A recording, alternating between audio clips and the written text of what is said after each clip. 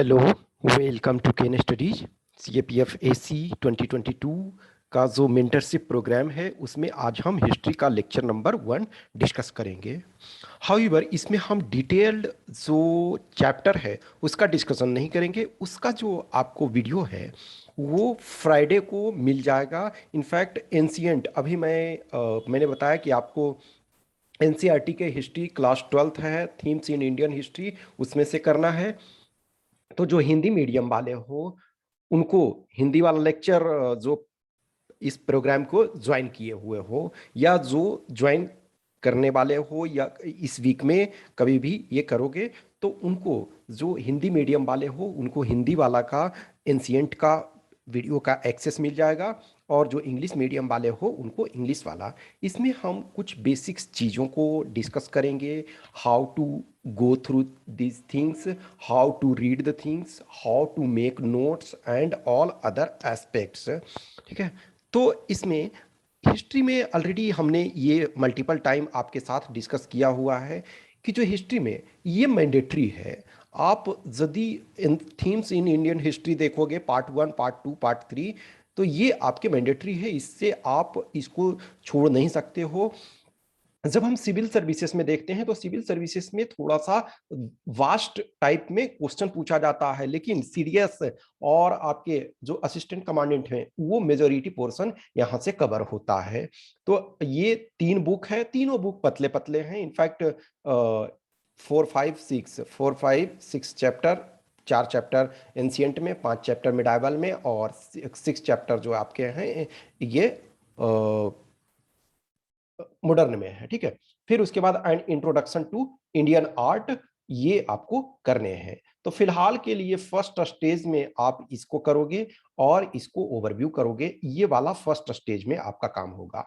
फिर ऑप्शनल में आता है। ऑप्शनल इन द सेंस की स्पेक्ट्रम पढ़ोगे तो ठीक है। ये मॉडर्न इंडिया एनसीईआरटी ओल्ड जो है बिपिन चंद्रा का, medieval India old NCERT by Satish Chandra और NCERT 11 old by RS Sharma और प्रीवियस ईयर पेपर।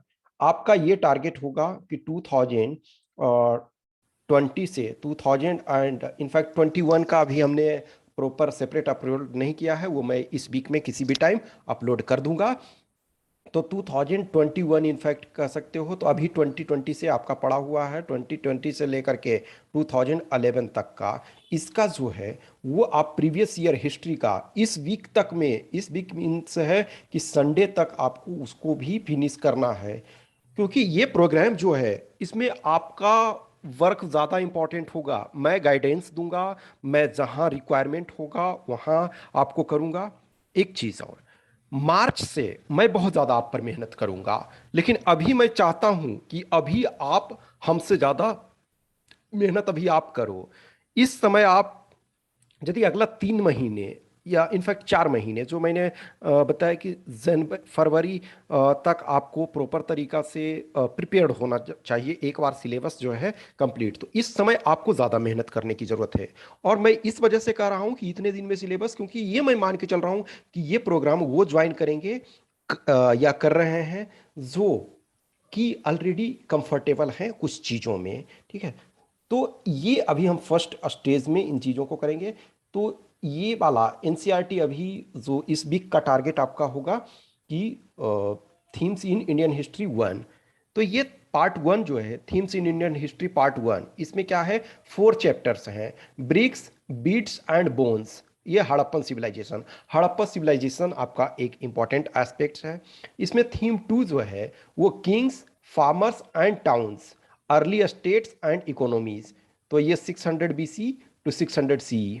थीम 3 जो है किंगशिप, कास्ट एंड क्लास। तो ये अर्ली सोसाइटी 600 BC से 600 CE। एक चीज देखो, सम टाइम देखते हो डाउट होता है ना कि हम एंशियंट को कहाँ से मानते हैं और आपके जो मिडाइवल कहाँ से मान रहे हैं। तो नॉर्मली एंशियंट जो है आपका है 600, कुछ जगह है 600 तक मानते हैं, कुछ जगह इनफैक्ट हर्षवर्धन देखा जाए तो हर्षवर्धन के खत्म होने पे, यानी हर्षवर्धन का किंगडम खत्म होने पे उसके बाद देखोगे कि कुछ दिन तक थोड़ा उहापोह की स्थिति रहती है। फिर कुछ और आशा नहीं है कि हिस्ट्री में कभी भी वैक्यूम होता है। लेकिन वो बीच का कुछ लोग जो हैं 600-700 के आसपास का लेते हैं, कुछ लोग लेते हैं कि यस जब आप महमूद गजनी का एक तरह से अटैक होना स्टार्ट होता है, तो उसको बहुत लोग हैं वहाँ से मिडाइवल एक तरह से लेते हैं। और कुछ लोग जो हैं मिर्का जो 1712 में जो पहली बार मुस्लिम इन्वेडर इंडिया में इन्वेजन होता है, वहाँ से कुछ लोग मानते हैं। तो हमें इस पर बहुत ज़्यादा डिबेट में नहीं जाना है, लेकिन जो इसमें एंशियंट में देखोगे थीम 4 जो है थिंकर्स है, beliefs and builders, building cultural development, तो ये भी देखो 600 सीई तक लिया जाता है। हिस्ट्री हम उसको कहते हैं जहां आप लिखना, एक तरह से जो लिखाई है उसको पढ़ना जान रहे हैं। इनफैक्ट इंडस वैली सिविलाइजेशन में यदि देखोगे तो इंडस वैली सिविलाइजेशन में प्रॉपर तरीका से लिखावट तो कुछ है, लेकिन अभी तक हम पढ़ नहीं पाए हैं। लेकिन ये पीरियड यदि देखोगे, यहाँ अशोका वगैरह के जो लिखे हुए हैं, तो जेम्स प्रिंसेप ने अशोक के राइटिंग को, ये क्वेश्चन इतनी बार पूछा गया है कि जेम्स प्रिंसेप ने अशोक का राइटिंग जो मौर्यन टाइम था उसके राइटिंग्स को पढ़ा। तो ये एक तरह से हम इसे प्रोटो हिस्ट्री कह सकते हैं। जो हड़प्पन सिविलाइजेशन है, प्रोटो हिस्ट्री, प्रोटो हिस्ट्री हम कह सकते हैं।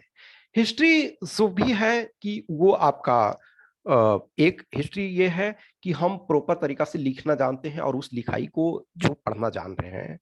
और प्रोटो हिस्ट्री है कि कुछ लिपि, कुछ लिखावट कुछ है, लेकिन हम उसको पढ़ना नहीं जान रहे। प्री हिस्ट्री जो है वो जहां प्रॉपर लिखाई ही नहीं है, मीन्स राइटिंग्स नहीं है। तो ये थीम 1 है।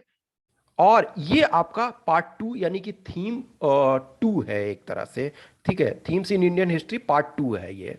तो इसमें है कि थीम 5 यानी कि 4 ये कंटिन्यूटी में रखा गया है। ठीक है, तो 4 आपका एंशियंट में है, 5 आपका मिडाइवल में है और 6 आपका मॉडर्न में है। तो थीम 5 में है through the eyes of travellers, ये परसेप्शंस ऑफ सोसाइटी कि सोसाइटी देखोगे अब 10th टू 17th सेंचुरी, यहां देखो इस पार्ट में देखते हो 8th टू 18th सेंचुरी, इस पार्ट में देखोगे 14th टू 16th सेंचुरी। तो अब यहां अर्लीस्ट मिडाइवल में देखो, देख रहे हैं कहाँ 8th सेंचुरी से लिया है। यानी कि एक तरह से यहां से जो फर्स्ट मुस्लिम इन्वेजन सिंध पे होता है, तो देर आर डिफरेंसेस। इनफैक्ट जब हर्षवर्धन के बाद जो होता है 647 के बाद, वो थोड़ा सा एक वैक्यूम टाइप का क्रिएट होता है। लेकिन पूरे हिस्ट्री को देखें तो कुछ ना कुछ इंसिडेंट्स चलते रहते हैं। ठीक है, तो यहाँ 10th सेंचुरी, इसमें देखोगे कि जो फॉरेनर्स आए, फॉरेन ट्रेवलर्स आए, तो वो ट्रेवलर्स के बारे में।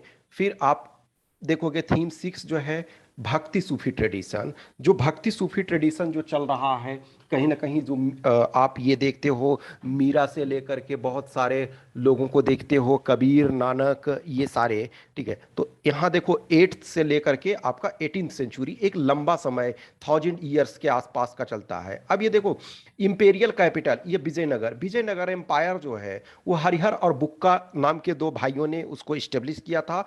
और एक तरह से जो आपका ये तालीकोटा का जो युद्ध होता है 1565 जो तालीकोटा या राक्षस तंगड़ी जो इसको युद्ध कहते हैं, तो उसमें जो विजयनगर एम्पायर होता है, रामराया की सेना उसमें हार जाती है और पूरी तरह से विजयनगर को एक तरह से ध्वस्त कर दिया जाता है। यस, दिस इज ट्रू कि उसके बाद भी कुछ उनके छोटे मोटे राज्य, उनके जो फैमिली के मेंबर हैं, लीनियज चलता रहता है, लेकिन मेनली वहाँ एक तरह से देखो ये 14th सेंचुरी यानी 1300 समथिंग में हरिहर और बुक्का राय ने इस्टेब्लिश किया। और ये 1565 यानी कि 16th सेंचुरी में के सेकेंड हाफ में ये जो आपका खत्म हो जाता है इसमें ऑलमोस्ट। फिर देखोगे कि थीम 8 जो है पीजेंट्स, जमींदार एंड स्टेट, यानी कि मुगल एम्पायर, इसमें मुगल एम्पायर, ये दोनों चैप्टर जो है मुगल एम्पायर को डेडिकेटेड है। तो 16th 17th सेंचुरी, क्योंकि मुगल एम्पायर यदि प्रॉपर तरीका से देखा जाए तो बाबर यदि आया है, तो बाबर पानीपत का लड़ाई 1526 बाबर और इब्राहिम लोदी के बीच में होता है। लेकिन बाबर 4 इयर्स तक ही, ये 1530 में बाबर का डेथ हो जाता है। उसके बाद यदि देखो हुमायूं उनकी गद्दी पे बैठता है। इनफैक्ट बाबर के 4 बेटे रहते हैं, हुमायूं, अस्कारी, हिंडाल, एक और जो भी है अभी मैं भूल रहा हूँ। ठीक है, तो वो चारों में मुगल में ये होता है कि जो प्रॉपर्टी है वो, यानी कि किंगडम है, वो डिवाइड होगा। फिर इंडिया का जो हुमायूं होता है वो बाबर का फेवरेट सन होता है। ऐसा कहा जाता है कि जब हुमायूं बहुत जोर से बीमार हुआ तो बाबर ने ये प्रार्थना की कि मैं मेरे जो हमारे सन को, जो हमारे हुमायूं को जो प्रॉब्लम है वो हमें आ जाए और वो ठीक हो जाए। तो कहा जाता है ऐसा कि हुमायूं चंगा हो गया और बाबर का डेथ हो गया, बट हम उसमें नहीं जाएंगे, जो चीजें हैं उसमें। तो 1530 में आता है, लेकिन 1539 तक आते आते शेर शाह सूरी जो है वो कहीं ना कहीं हुमायूं को खदेड़ देता है। लेकिन 1545 में ही शेर शाह सूरी का डेथ हो जाता है, कालिंजर के बारूद खजाने में आग लग जाने से ये शेर शाह सूरी की। तो जब शेर शाह सूरी का डेथ होने के बाद ग्रेजुअली धीरे धीरे करके ये सूर डायनेस्टी का पतन होना लगता है। तो हुमायूं फिर आता है, हुमायूं आता है और ऑलमोस्ट इंडिया पे वो अपने अधिकार को प्राप्त करता है, लेकिन उसी ड्यूरेशन में फिर उसकी डेथ हो जाती है। कहा जाता है कि हुमायूं जीवन भर भटकता रहा और जो दिन पनाह में सीढ़ियों पर से गिरने से उसकी डेथ हो जाती है। तो हुमायूं जीवन भर भटकता रहा और भटकते भटकते ही एक तरह से उसकी मृत्यु हो गई, लुढ़कते लुढ़कते। लेकिन फिर जब आता है 1556, 1556, ठीक है, 1556, पानीपत की second battle of Panipat, Akbar और हेमू, हेमचंद्र विक्रमादित्य, और उसको कहते हैं अदरवाइज शॉर्ट में हेमू, अकबर और हेमू। अकबर के तरफ से, अकबर अभी बहुत छोटा था, 13 साल की उम्र का, 13 ईयर्स का। तो उसके तरफ से जो है बैरम खान, उसके मामा बैरम खान फाइट कर रहे थे और हेमू जो है वो लीड कर रहा था। फिर इसमें तो एक तरह से अकबर इस्टेब्लिश प्रॉपर तरीका से करता है। तो ट्रू रूल्स ऑफ यदि मुगल डायनेस्टी हम देखें तो 1556 एक तरह से लेकर के 1707 औरंगजेब के डेथ तक, यानी 150 ईयर्स तक ये चलता है, 150 प्लस ईयर तक चलता है। उसके बाद लेटर मुगल जो होते हैं वो वीक हो जाते हैं। तो फिर किंग्स एंड क्रॉनिकल्स ये आपका 16th and 17th century, 16th and 17th century में ये चलेगा, ठीक है। तो 1707 के बाद, यानी कि 1707 जब मुगल डायनेस्टी का ग्रेट मुगल जो है औरंगजेब का डेथ होता है, उसके बाद एक तरह से मॉडर्न इंडिया, क्योंकि उस समय उसके पहले ही आप देखोगे 1608 में अंग्रेज जो आते हैं और 1608 में, और वो अपना फरमान प्राप्त करते हैं धीरे धीरे यहाँ बिजनेस करने के लिए। तो ये आपका थीम 2 है। थीम 3 में देखो, colonialism and the country side exploring official archives. फिर आपका है रिवेल्स एंड द राज, ये आपका 1857 की क्रांति। फिर आपका colonial city urbanisation, planning and architecture. फिर आपका थीम 13 है, ये महात्मा गांधी आते हैं यहाँ। फिर यहाँ से आपका एक तरह से जो है ये प्रॉपर तरीका से जो एक्चुअल एक्टिव जो हमारा फ्रीडम स्ट्रगल है वो स्टार्ट होता है। फिर यहाँ इंडिपेंडेंस और पार्टिसिपेशन, और फिर फ्रेमिंग ऑफ द कॉन्स्टिट्यूशन। तो फ्रेमिंग ऑफ द कॉन्स्टिट्यूशन हम डिटेल में जो और चीज़ों को हम पॉलिटी में देखेंगे, इंडियन पॉलिटी में। तो ये ब्रॉडवे में आपका हिस्ट्री है। मैं ऑलरेडी बताऊं कि ये आप, मैं इंग्लिश वाले में ये कर रहा हूँ, जो हिंदी वाला है उसका जो वीडियो का एक्सेस है उनको भी मिल जाएगा, ठीक है। वो इन द सेंस कि ये वाला तो इंट्रोडक्टरी लेक्चर है तो इसका हिंदी स्पेशल नहीं मिलेगा, लेकिन वो जो लेक्चर है themes in Indian history part 1, part 2, part 3, वो इंग्लिश वाले को भी सेपरेट में मिलेगा और हिंदी वाले को भी वो मिल जाएगा। मैं ये बता रहा हूँ यस कि ऑल लेक्चर्स आपको, ऐसा नहीं है प्रॉपर तरीका से, ये स्पून फीडिंग नहीं है। मैं कुछ चीज़ों को डिस्कस करूँगा, कुछ चीज़ों को आपसे वर्क करवाऊँगा। और मैं आपको ये बता रहा हूँ कि यदि आप अगले 4 महीने ईमानदारी से प्रॉपर तरीका से मेहनत कर लेते हो फरवरी तक, तो जो मार्च से होगा वो हम क्वेश्चन की प्रैक्टिस बहुत अधिक कराएंगे और क्वेश्चन के थ्रू बहुत सारी चीज़ों को डिस्कस करेंगे।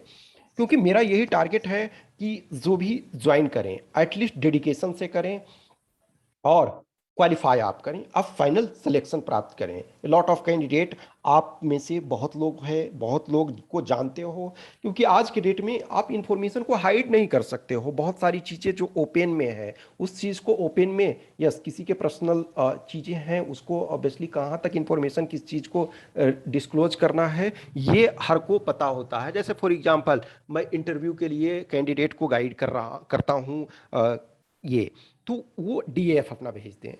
तो डीएएफ भेजते हैं तो ऑब्वियसली है कि मैं उनके सारे इन्फॉर्मेशन को डिस्क्लोज नहीं कर सकता हूँ। बहुत बार इसी वजह से देखोगे कि जो डीएएफ पुराने डीएएफ के थ्रू मैं डीएएफ भरने का ये देता हूँ या बहुत सारे चीज़ों को मैं एक्सप्लेन करता हूँ, तो मैं उस चीज़ को ओपन में जितना डिस्क्लोज करना होता है उनके किसी भी चीज़ को डिस्क्लोज नहीं करता हूँ। बहुत बार मैं इस वजह से बोलता हूँ कि yes this number of a student, कुछ टाइम होता है कि मैं ये बोल देता हूँ कि अच्छा ये थ्रू आपका नाम मैं ले सकता हूँ, तो यस।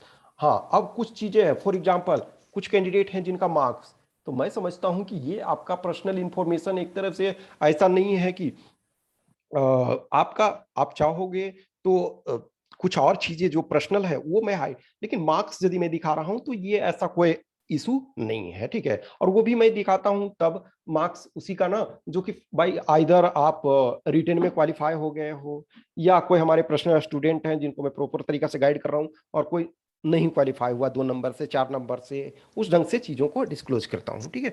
तो आपको वो मिल जाएगा, तो ये वर्क करना। अब रही नोट्स की बात, तो क्या नोट्स बनाना चाहिए? फर्स्ट रीडिंग में अभी मैं कहूंगा कि फर्स्ट आप एक बार पहले इसको, जैसे अभी इस वीक का जो टास्क आपका है, इस वीक का टास्क है कि themes in Indian history part 1 जो क्लास 12th का एनसीईआरटी का है उसको 4 चैप्टर को पहले 1 टाइम रीड करोगे, ठीक है। 1 टाइम 4 चैप्टर्स है उसको रीड करोगे, उसके बाद आप नोट्स बनाओ। यस, नोट्स बनाओ तो आप क्या करो, मैं समझता हूं कि आप ना टोटल 3 नोटबुक रखो। 3 नोटबुक इन द सेंस की 200 पेज का अप्रोक्स, या तो 300 पेज का 2 ले लो, 300 पेज का 2 ले लो या 200 पेज का 3 ले लो। उसमें क्या करो कि जो ये तरीका है जो मुझे लगता है कि ये आपको फॉलो करना चाहिए, otherwise there one size doesn't fit everyone. ये मैं हमेशा बोलता हूं कि जिनको जो सूटेबल लगे वो आप करो। एक मैं यहाँ जो अदरवाइज पर्सनल फिर जो मैसेज मुझे करोगे, जो भी प्रोग्राम में ज्वाइन हो या नहीं भी हो, जिनको कुछ डाउट्स होता है, मैं ये ऑलरेडी बोलता हूँ कि यस आप मैसेज करो, मैं मैसेज का रिप्लाई कर दूंगा। कॉल के लिए मैं इस वजह से मना करता हूँ कि यस अब कभी मैं रिकॉर्डिंग कर रहा हूँ तो अब रिकॉर्डिंग के बीच में आपका कॉल नहीं ले सकता हूँ ना, कभी किसी का इंटरव्यू ले रहा हूँ या कभी किसी से मैं ऑलरेडी टॉक ये कर रहा हूँ, तो उसमें से आप ये करो कि आइदर 300 पेज का 2 ले लो या 200 पेज का 3 ले लो। ये कुल मिलाकर के 600 पेजेज एक तरह से। अब मान के चलो ये वाला लो, बेटर है ये इस टाइप का ही कर लो। तो उसमें एक जो है उसमें हिस्ट्री का बना लो और पॉलिटी का बना लो, मान के चलो हिस्ट्री और पॉलिटी। अब हिस्ट्री का बनाए हो तो 100 पेज आपको, इनफैक्ट यदि देखा जाए तो 120 पेज आपको हिस्ट्री को देना चाहिए या और 80 पेज पॉलिटी को, या जैसा आप एडजस्ट कर सकते हो। मान के चलो कि 100 पेज का सपोज आपने कर लिया, तो ये आप 100 पेज ही हम फिलहाल सबको मान ले 100 पेज, तो 100 पेज करते हो तो क्या है कि उसमें 30 पेज आप एंशियंट के लिए कर लो, 30 पेज आप मेडाइवल के लिए कर लो और 40 पेज आप मॉडर्न के लिए कर लो। अब ये आपके जो थीम इन इंडियन हिस्ट्री है तो ये 30 पेज है। अब इस 30 पेज में पहला चैप्टर आपने पढ़ा, तो कुछ ऐसा नहीं है कि उसी समय फील नहीं कर देना है। अब मैं मान के चलूं कि ये पूरा आपका पेज है, एक पेज है, तो इसमें जब भी लिखो तो 1/3 पेज को खाली रखो, 2/3 पेज को अभी आप लिखो, 1/3 पेज को खाली रखो। 1/3 पेज को खाली इस वजह से रखो कि फिर आप दोबारा तिबारा कर रहे हो तो उसमें से कुछ आपके पास स्पेस होना चाहिए कि यदि एंशियंट का लिख रहे थे तो वहां कुछ इंफॉर्मेशन आया तो वहीं लिख दो। तो इस टाइप का करो कि 30 पेज आपने एंशियंट को दे दिया, 30 पेज मेडाइवल को दे दिया, 40 पेज 40 पेज जो आपको मॉडर्न को दे दिया। तो अब जितने भी मान के चलो थीम इन इंडियन हिस्ट्री कर लिए, तो एक तरह से इसमें 4 चैप्टर बच है। तो 4 चैप्टर में आप मान के चलो कि 3-3 पेजेस सब में लिखे, तो 12 पेज लिखे, तब भी आपके पास 18 पेज बचा हुआ, और 12 पेज में भी आपका 1/3 सब में बचा हुआ है। और ज्यादा आप हो सकता है 15 कर ले, आप हो सकता है 16 कर ले, आप 20 कर ले, डिपेंडिंग ऑन, लेकिन आपके पास छोटा सा 1/3 स्पेस हमेशा हर पेज में रहना चाहिए। ये बेस्ट तरीका है। और ये नोट्स कब तक फुल हो जाना चाहिए? इनफैक्ट मैं समझता हूं कि हर डे एक तरह से ऐड इसमें कुछ ना कुछ होते रहना चाहिए ये, लेकिन एक तरह से ये 30th ऑफ जून तक ये ऑलमोस्ट कंप्लीट हो जाना चाहिए, 95% ये कंप्लीट रहना चाहिए। और ये रिवीजन ऐसा नहीं है कि उसके बाद करोगे, आपको रेगुलर रिवीजन करते रहना है। अब फॉर एग्जांपल 3 नोटबुक आपके पास है 200 पेज का, तो उसको क्या है कि हिस्ट्री में अभी सपोज शुरू में स्टार्ट किए तो 20 पेज हो पाया, 15 पेज हो पाया, उस 15 पेज को आपकी अपनी राइटिंग है। और ऐसा नहीं है आप 15 पेज का लिखो, नोट्स का मतलब ये नहीं है कि उसमें बहुत बड़ा बड़ा लिखने लगो, छोटा छोटा चीज़ों को लिखो, स्मॉल स्मॉल चीज़ों को लिखो, और आप पढ़ सको उस ढंग से लिखो। ऐसा लिखो स्मॉल स्मॉल टाइप का नोट्स। मैं समझता हूँ अब लिखने लगोगे, कुछ की लिखने की हैबिट होती है कि एक दिन में एक चैप्टर में 50 पेज भर देंगे, ऐसा नहीं आपको करना है। एक छोटा छोटा लिखो जिसमें कि, क्योंकि वो नोट्स आपका अपना है, वो आपको अपना रिवाइज करना है, और उसको 10 बार 20 बार 25 बार 30 बार ये करना है। तो 30 जून तक एक तरह से आपके पास ये 95% ऑलमोस्ट कंप्लीट हो, और उसके बाद एक तरह से हर डे आप उसको देखोगे, ठीक है। क्योंकि तब जो आपका होगा, मैं ऑलरेडी बता रहा हूं कि जो एक तरह से 1 जून से आपको कम से कम 8 घंटे, जो मैं बता रहा हूं कि उन लोगों के लिए भी जो एवरेज आपको 8 घंटे कम से कम निकालना पड़ेगा, जो फुल रूप से सिर्फ प्रिपरेशन ही कर रहे हैं, तब तो 12+ आवर्स आपको करने चाहिए। तो ये कर लो। तो हिस्ट्री में उस ढंग से किए, पॉलिटी में किए तो मान लिया 80 पेज या 100 पेज जो भी है, फॉर सिंपल अंडरस्टैंडिंग हम ये मान के चलें कि सब में आप 100 पेज कर रहे हो। सेम सिचुएशन ज्योग्राफी में आप करो। ज्योग्राफी में थोड़ा सा ज्यादा आपको ये करने का जरूरत है। मान के चलो कि यदि आपका लगता है कि पुअर है कुछ चीजें, तो आप या फिर नॉर्मल 100 पेज आप ज्योग्राफी में रख लो। सेम सिचुएशन इकोनॉमी में करो, सेम सिचुएशन साइंस में करो, और सेम सिचुएशन आपको इंग्लिश वाले में करना पड़ेगा। और करेंट अफेयर्स का मैं समझता हूं कि करेंट अफेयर्स को उस सेंस में तैयार करने की जरूरत नहीं है। आप एक मंथली मैगजीन जो भी ले रहे हो, कोई भी मंथली मैगजीन, मैं ये किसी को प्रीफर नहीं करूंगा। आप हिंदी मीडियम में हो, आपको जो समझ में आ रहा है, जो लगता है कि यस ये हमको अच्छा से समझ में आ रहा है, ये मैगजीन हमको, ऑलमोस्ट सारे मैगजीन जो हैं वो कवर कर लेते हैं सब चीज को। अदरवाइज इन नॉर्मल आप में कुछ नहीं समझ में आ रहा है, प्रतियोगिता दर्पण आप ले सकते हो। प्रतियोगिता दर्पण ले लो, हिंदी में भी आती है, इंग्लिश में भी आती है। तो हिंदी वाला हिंदी में ले लो, इंग्लिश वाला इंग्लिश में ले लो, और उसका आपको नोट्स बनाने की जरूरत नहीं है। आप अपना मैगजीन है, और बुक वगैरह में एक तो है कि बहुत सारा चीज को लिख नहीं सकते हो, मैगजीन में लिख सकते हो, क्योंकि मैगजीन एक बार ये 1 ईयर के लिए ही सफिशियंट होता है कि इस ईयर में। अब ऐसा नहीं है कि कभी कभी होता है कि 2 साल पहले वाला का भी पूछते हैं, लेकिन जनरली जो होता है कि मैगजीन आप अपना ले रहे हो, वो हर मंथ ले रहे हो, उसका कुछ ऐसा लगता है तो वहीं आप अपना पेन से हाईलाइट, या हाईलाइटर है तो उसको हाईलाइट कर लो, या कुछ नोट्स उसमें ऐड करना है तो कुछ उसी को कर लो। टोटल आप 12 मैगजीन सपोज लेते हो तो 12 हो जा रहा है, तो उसको अलग से नोट्स करंट अफेयर्स का करने की जरूरत नहीं है। एक आप ये कर लिए, और एक सेपरेट मैथ रखो का बुक रखो, वो आप 200 पेजेस का ले लो। उसमें क्वेश्चन भी होंगे और प्रैक्टिस भी। आपको मैथ में ज़्यादा प्रैक्टिस की ज़रूरत है। मैथ के भी हमने सारे क्वेश्चंस ये करवाए हुए हैं, आप उनको देखो समझो, और क्वेश्चंस भी डिस्कस किया जाएगा, लेकिन सबसे पहले प्रीवियस ईयर के पेपर को प्रॉपर तरीका से करो। तो ये आपको नोट्स बनाने के लिए, हर नोट्स में जो मैथ वाला नोट्स को छोड़ करके, मैथ वाला में 1/3 स्पेस छोड़ने की जरूरत नहीं है। मैथ वाले नोट्स को छोड़ करके जितने भी और सब्जेक्ट्स हैं उसमें 1/3 पेज का छोड़ दो। ये मेरा मानना है कि आप वहीं उसी जगह, और मैं छोटे छोटे पेज इस वजह से बुकलेट ये बोल रहा हूँ कि 200 पेज का लो, कि एक में 2 ही सब्जेक्ट हो, क्योंकि और भी तो पार्ट आपको करना पड़ता है। अब फॉर एग्जांपल ज्योग्राफी ले रहे हो तो उसमें इकोलॉजी भी करना पड़ेगा, ह्यूमन ज्योग्राफी ये करना पड़ेगा, इकोनॉमी ज्योग्राफी का थोड़ा सा पार्ट करना पड़ेगा।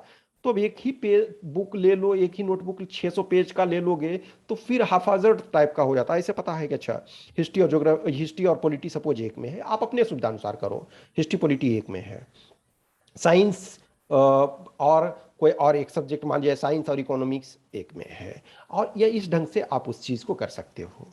एक और चीज देखो, एक तो आप जो कनेक्ट द डॉट्स है, कनेक्ट द डॉट्स पे ऑलरेडी मैं वीडियो बना चुका हूँ। आप केन स्टडीज़ में जा करके केन स्टडीज़ कनेक्ट द डॉट करोगे तो आपको आ जाएगा। यदि आपको नहीं मिलता तो आप हमें मैसेज कर सकते हो, मैं आपको उसका लिंक दे दूंगा। कनेक्ट द डॉट करना आपको बहुत ज़रूरी है। कनेक्ट द डॉट जो एक तरह से वर्ड प्रॉपर तरीका से पॉपुलराइज किया गया, वो अपने जो एप्पल के फाउंडर थे, ठीक है, तो स्टीव जॉब्स 2005 में स्टैनफोर्ड यूनिवर्सिटी में लेक्चर दे रहे थे, तो वही बोलते हैं कि मैं यूनिवर्सिटी से कभी ग्रेजुएट नहीं हुआ और आज मैं कन्वोकेशन में लेक्चर दे रहा हूँ।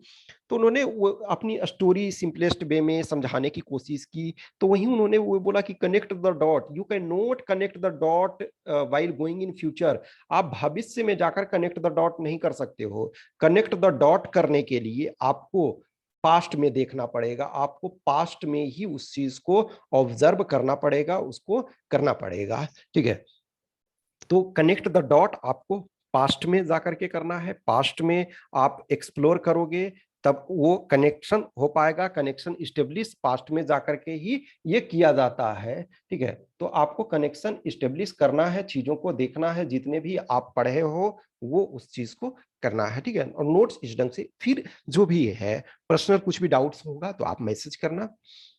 अब यदि देखा जाए थीम्स इन इंडियन हिस्ट्री, तो मैं इसमें डिटेल आपको नहीं बताने जा रहा हूं, क्योंकि डिटेल वाला जो लेक्चर है वो ऑलरेडी मैंने बताया कि फ्राइडे को वो सबका लिंक मैं आपको दे दूंगा। तो उसमें से कोई दिक्कत नहीं है। इसमें मैं चीजों को ओवरव्यू जस्ट आपको बताने जा रहा हूं कि रीड बिटवीन द लाइंस जो आपको पढ़ने होते हैं। बहुत बार जो चीजें होती है, हम इसी वजह से किसी चीज को 1 टाइम 2 टाइम पढ़ते हो तो बहुत बार चीजों को समझ में चीजें नहीं आती है। एक होता है ना नोवेल पढ़ते हैं, नोवेल पढ़ने का शायद आप में से जिन लोगों को भी शौक होगा, वो पागलपन एक तरह से होता है। एटलीस्ट मैं अपने लाइफ में देखा हूँ कि ये चीज होती थी कि सम टाइम कभी कभी लाया नोवेल। कुछ टाइम होता था कि मैं एक तरह से जब इंजीनियरिंग कॉलेज में गया तब प्रॉपर तरीका से बुक्स वगैरह पढ़ने के फिर आदत डेवलप हुई और अपनी बुक्स बहुत सारा खरीदने लगा। अब पहले उसके पहले मान लीजिए इंजीनियरिंग कॉलेज में जाने से पहले पैसे लिमिटेड होते थे, मिलते थे, तो उसमें से आप बहुत सारा बुक्स को खरीद नहीं सकते थे। और तो क्या करता था कि सपोज 20 रुपीज 30 रुपीज का बुक है, तो उसको 30 रुपीज जमा कर दिया, फिर पढ़ लिया तो 2 रुपये माइनस करके, मान लिया 30 रुपीज का बुक है तो 2 रुपया लिया और 28 रुपीज वापस कर देगा। फिर हम उसी ढंग से बुक लेते थे। या कुछ जगह ऐसा होता था, कुछ टाइम हमने किया कि सपोज 100 रुपी डिपोजिट कर दिया, 100 रुपी डिपोजिट है तो फिर हम कोई भी मैगजीन ले गए, और तो वो एक अपना अकाउंट आपका एक तरह से खोल के रखता था कि yes mister so and so ये है, तो आप गए ये मैगजीन लिए है, तो कितने दिन रखे, तो 24 घंटे का 1 रुपया सपोज लेते थे। तो हम कोई भी मैगजीन लाते थे, सोचते थे कि ठीक है आज लाए हैं तो 1 ही रुपया में उसको पढ़ लेते हैं, पूरे दिन उसको दिन भर पढ़े तो 50 पेज 60 पेज 100 पेज का उस ढंग का रहा, तो एक दिन में हम पढ़े फिर उसको वापस कर दिए। तो वो एक बार होता है कि एक बार में आपको डिटेल नहीं होना होता है प्रॉपर। लेकिन आप यहाँ सिविल सर्विसेज का प्रिपरेशन कर रहे हो, civil services in the sense assistant commandant civil services ही है, सिविल सर्विसेज के अंतर्गत ही आता है। तो यूपीएससी के क्वेश्चन देखो, अभी इस बार ही देखो, 2 साल से लास्ट देख रहे हो ना, 2 साल नहीं कई 3-4 साल से, कि 100 से बिलो, इनफैक्ट 50% से लेस मार्क्स कट ऑफ जा रहा है प्री में आईएएस का, जबकि इंडिया के बेस्ट ब्रेन उसको फाइट कर रहे हैं, तब भी आपका 50% भी कट ऑफ नहीं जा रहा है। क्यों? क्योंकि क्या है, क्वेश्चन इस ढंग से पूछते हैं कि आप छोड़ भी नहीं सकते हो और आपका गलत भी होता है। आप ऑलरेडी देखे हुए हो, आप जो भी एग्जाम को दिए हो या क्वेश्चन को देखते हो, तो बाहर आकर के शायद बोलना बहुत आसान होता है कि अरे सिंपल सा क्वेश्चन था, लेकिन जब एक्चुअल एग्जाम में जब हम देखते हैं तो बहुत मुश्किल होता है। इस बार भी देखो, अभी ऑब्वियसली है, इस बार का कट ऑफ आपके पास 2021 का सपोज सिविल सर्विसेज या अभी ये सब नहीं आया है, लेकिन आप असिस्टेंट कमांडेंट वगैरह का किसी का देखो तो असिस्टेंट कमांडेंट में इधर देखो कि यस कट ऑफ रिलेटिवली ज़्यादा जा रहा है, क्योंकि क्या इसके क्वेश्चन थोड़े से रिलेटिवली ईजी होते हैं जब टफ। इनफैक्ट 2018 में देखो, 2018 में 100 से बिलो कट ऑफ गया था आपका असिस्टेंट कमांडेंट का भी, 2000 ये 250 मार्क्स में 100 से बिलो कट ऑफ गया था। तो ये आपको रीड बिटवीन द लाइन करना है। तो themes in Indian history part 1, इसका हम एक ओवरव्यू पर जस्ट देखते हैं, और इसका लेक्चर जो है वो आपको मैंने बताया कि फ्राइडे में मिल जाएगा ही। अब ये देखोगे, ये आपका हड़प्पन सील है। तो सील ये क्या है, एक तरह से ये बुल है। अब ये देखो कुछ लिखा हुआ जैसा लग रहा है कि कुछ लेटर या कुछ पिक्टोरियल फॉर्म में है, लेकिन ये क्या है ये अभी तक पढ़ा नहीं जा सका है। तो है Harappan seal. Is possibly the most distinctive artefacts of the Harappan और इंडस वैली सिविलाइजेशन। देखो इज पॉसिबली लिखता है, एनसीईआरटी बहुत सारी चीजों को एग्जैक्ट कैसे कह सकता है कि मीन्स ऐसा माना जाता है कि ऐसा संभावना है। तो possibly the most distinctive artifacts of the Harappan or Indus Valley civilization made of a stone called steatite. Seals like this one often contain animal motifs and signs from a script that remains undeciphered. यानी undeciphered मतलब अभी तक इसे जो है decipher नहीं किया जा सका है, यानी कि अभी तक इसे पढ़ा नहीं जा सका है, इसे अभी तक प्रॉपर तरीका से कंप्रिहेंड नहीं किया जा सका है। Yet we know a great deal about the lives of the people who lived in the region from what they left behind.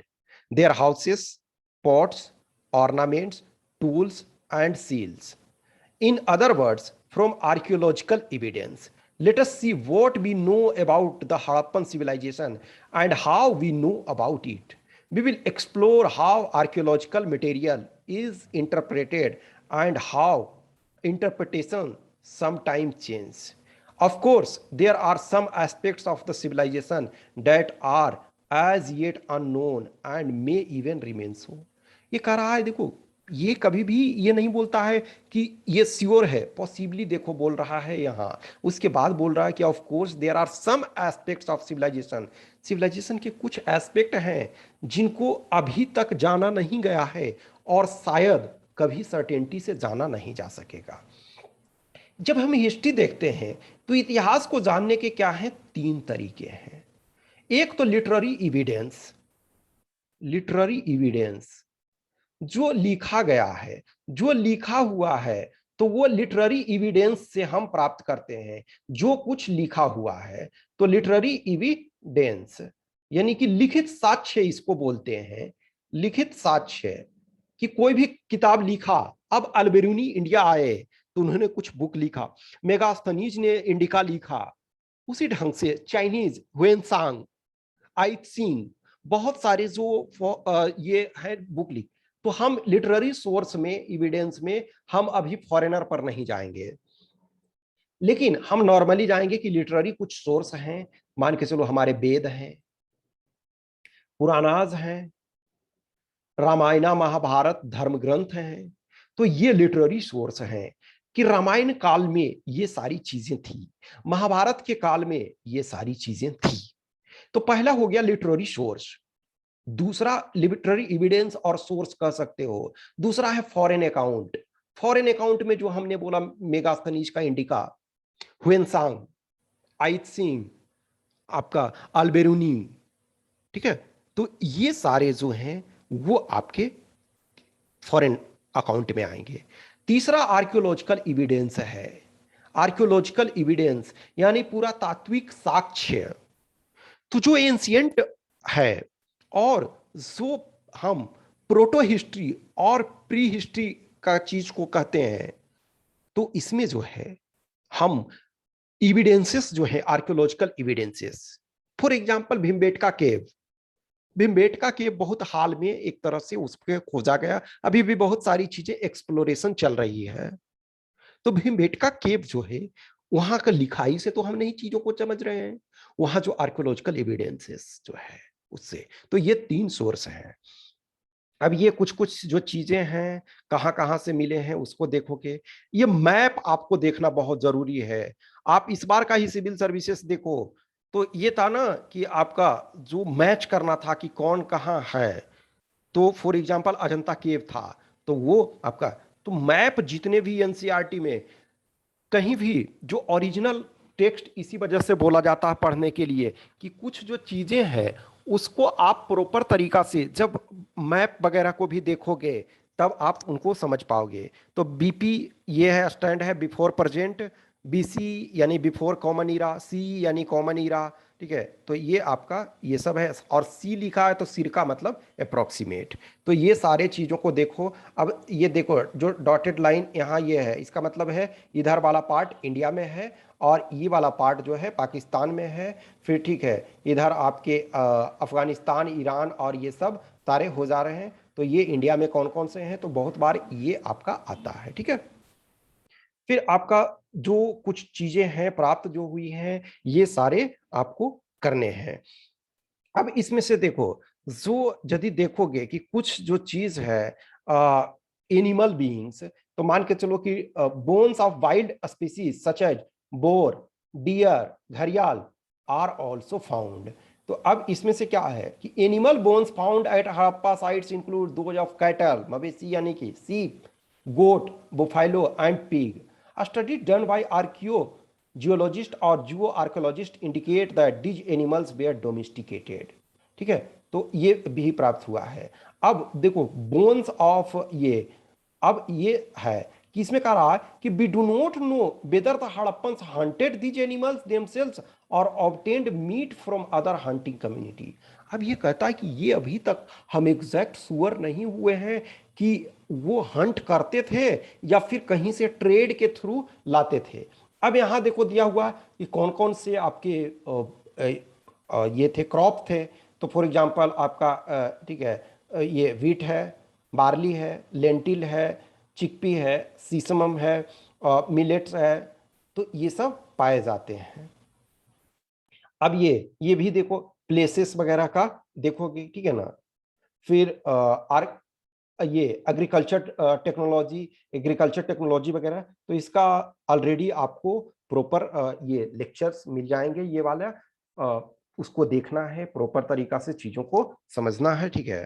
तो ये सारे जो भी हैं आप उसको पढ़ोगे। अब फॉर एग्जांपल देखो ड्रेन, इसमें ड्रेन प्रॉपर तरीका से ड्रेनेज सिस्टम था। हड़प्पा किस ढंग से, प्लाइट ऑफ हड़प्पा, हड़प्पा किस ढंग से ये खत्म हुआ। फिर प्लांट अर्बन सिटी किस ढंग से सर्च हुआ। सिटाडेल, सिटाडेल आप किसको कहते थे। तो ये सारे आप जो हिंदी मीडियम वाले हो तो हिंदी मीडियम में उस चीज को करोगे, इंग्लिश मीडियम वाले हो तो इंग्लिश मीडियम में। ये आप बुक क्या करोगे, जिनके पास हार्ड कॉपी में है, ठीक है, तो हार्ड कॉपी में है तो आप उसको प्रॉपर तरीका से कर सकते हो कि यस उसको हार्ड कॉपी से पढ़ो। हार्ड कॉपी सबसे अच्छा है एक तरह से, मैं समझता हूँ कि कुछ जो बेसिक बुक है वो पढ़ने के लिए आपका हार्ड बुक सही तरीका है। लेकिन यदि आपको अब ये देखो जो प्रॉब्लम्स ऑफ इंटरप्रिटेशन, कुछ चीज इसमें पढ़ोगे तो इंटरप्रिटेशन में बहुत सारी चीजों को प्रॉब्लम होता है। इनफैक्ट एनसीईआरटी का जो डिटेल प्रॉपर तरीका से पढ़ोगे तो पेपर 2 में भी बहुत सारी चीजों को लिखने में आपको मदद करेगा चीजों को, ठीक है।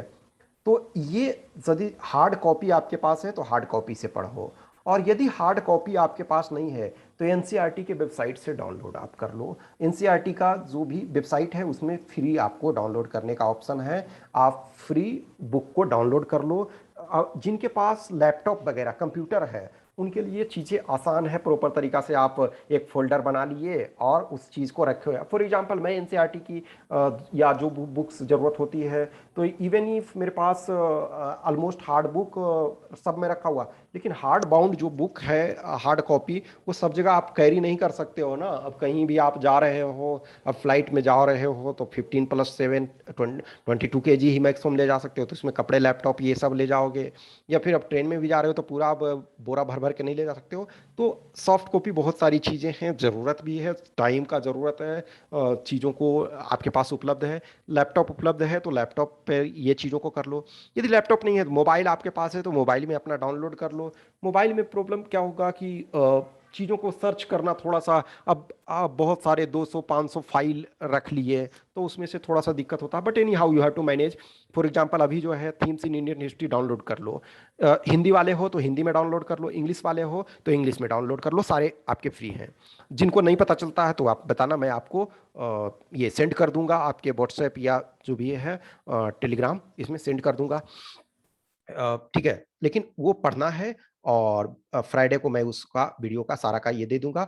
और जब एक बार आप पढ़ लोगे उसके बाद फिर क्वेश्चंस वगैरह कराया जाएगा। मैं कुछ क्वेश्चंस आपको इसमें मिलेंगे, कुछ क्वेश्चंस के वीडियो मिलेंगे और कुछ क्वेश्चंस मैं आपको एज ए टेस्ट के तौर पे दूंगा, क्योंकि साथ साथ आप एक बार थीम्स इन इंडियन हिस्ट्री पढ़ लिए, आप एंशिएंट पढ़ लिए 4 चैप्टर, तो एटलीस्ट बेसिक अंडरस्टैंडिंग हो जाएगी। और आपको फिर कुछ क्वेश्चंस मैं दूंगा, तो क्वेश्चंस भी आपको करना है। और ये टारगेट है कि आपका इस संडे तक संडे तक आपको प्रॉपर तरीका से खत्म हो जाना चाहिए एंशिएंट का, और कुछ जो भी, और जो 10 इयर्स का प्रीवियस ईयर पेपर है वो भी आपको कर लेने हैं। उसके वीडियो ऑलरेडी बनाए हुए हैं, आप जिनको मिल जाएगा तो ठीक है देख लेना, नहीं जिनको मिलेगा तो वो आप बता देना, मैं उसका लिंक सेंड कर दूंगा। तो इस वीक में इतना करना पड़ेगा। आई नो कि दिवाली है, इसी वजह से मैं बोल रहा हूँ कि कल और जो परसों है तो उसमें से आप अपना पढ़ाई करते रहो। फ्राइडे को आपको वो मिल जाएगा। कल जो छोटी दिवाली और परसों जो आपकी बड़ी दिवाली है, तो दिवाली आप ऑब्वियसली मनाओगे, दिवाली सब लोग मनाते हैं। और इनफैक्ट कुछ फेस्टिवल ऐसे होते हैं जिसमें रिलीजन का कोई मायने नहीं रखता है, दिवाली सब लोग सेलिब्रेट करते हैं, या कुछ और चीज़ें हैं, तो सबको इन्फैक्ट करना चाहिए, कोई इशू नहीं है, ठीक है। फैमिली मेम्बर्स के साथ आप हो, अटैच्ड हो, तो आप उनके पास जाओ, मिलो, ये जो भी फ्रेंड्स वगैरह से कर सकते हो। लेकिन at the end of the day आपको टारगेट ये रखना है कि हम पास हो जाएं, ताकि जो कमिंग दिवाली जो है उसमें कुछ पॉजिटिव रहे आपके पास। ये कुछ देखो हर में आपका थीम्स में दिया हुआ है कि जो major periods in early Indian archaeology, तो 2 मिलियंस बीपी यानी बिफोर प्रेजेंट, लोअर पैलियोलिथिक 80,000, तो ये 12,000, ये अर्ली हिस्टोरिक। अब देखो यहाँ से आप देखोगे कि अर्ली हिस्टोरिक यानी प्रॉपर हिस्ट्री एक तरह से यहाँ स्टार्ट हो रहा है। इनफैक्ट यदि हमने चैप्टर में भी देखा सेम सिचुएशन था। फिर 1000 बीसी में आप देखोगे कि अर्ली आयरन और मेगालिथिक बरियल्स, और इसमें से देखोगे कि जो वेदा जो है अर्ली वैदिक पीरियड, इसको अर्ली वैदिक पीरियड भी यहाँ से स्टार्ट हो जाता है, यानी कि जो ऋग वेदा होता है, ठीक है। फिर यहाँ 26 बीसी हड़प्पन सिविलाइजेशन, ये इनफैक्ट इससे आपको क्वेश्चंस भी पूछा गया है। ये आपके कुछ जो हैं मेजर डेवलपमेंट जो हुए हैं, ये MS Vats begin excavation of Harappa, ये 1875 रिपोर्ट्स ऑफ अलेक्जेंडर कनिंगम, तो ये आपको देखना है, ठीक है। कुछ भी क्वेश्चंस क्यूरी डाउट्स होता है तो आप मैसेज करें, आइदर इस व्हाट्सएप नंबर पे या इस टेलीग्राम नंबर पे। प्लीज प्लीज आप मैसेज, जो जरूरत हो तो मैसेज करें, कॉल ना करें। और आगे हम जो भी है टास्क आपका यही है कि इस वीक तक में, इस संडे तक आपका फिनिश होना चाहिए थीम्स इन इंडियन हिस्ट्री। फिर आपको क्वेश्चंस भी और करने हैं, उसी ढंग से चीजों को असाइन किया जाएगा। और हाँ, जो इस वीक आप इसको पहले कर लो, नेक्स्ट वीक में जो हम थीम्स इन इंडियन हिस्ट्री भी आपको देंगे, और पेपर 2 का भी कुछ चीजें, कुछ पेपर 2 का भी वीडियो एक्सेस आपको दूंगा, और टास्क भी असाइन करूंगा पेपर 2 में भी। इस बार एक ही बार मैं डायरेक्ट पुश नहीं कर सकता हूं, धीरे धीरे आपको उस लेवल में लाऊंगा। और पेपर 2 का आपको ग्रामर वगैरह का कुछ वीडियो, कुछ बेसिक्स जो भी है उसके वीडियो का लिंक आपको एक्सेसिबल करवाऊंगा, जो भी पेड वाले होंगे, ठीक है। तो बाकी ग्रेजुअली हम धीरे धीरे चीजों को मूव करते करते, और मेजर आपको टारगेट रखना है कि मेजोरिटी वर्क आपको करना है, ठीक है। Okay, thank you.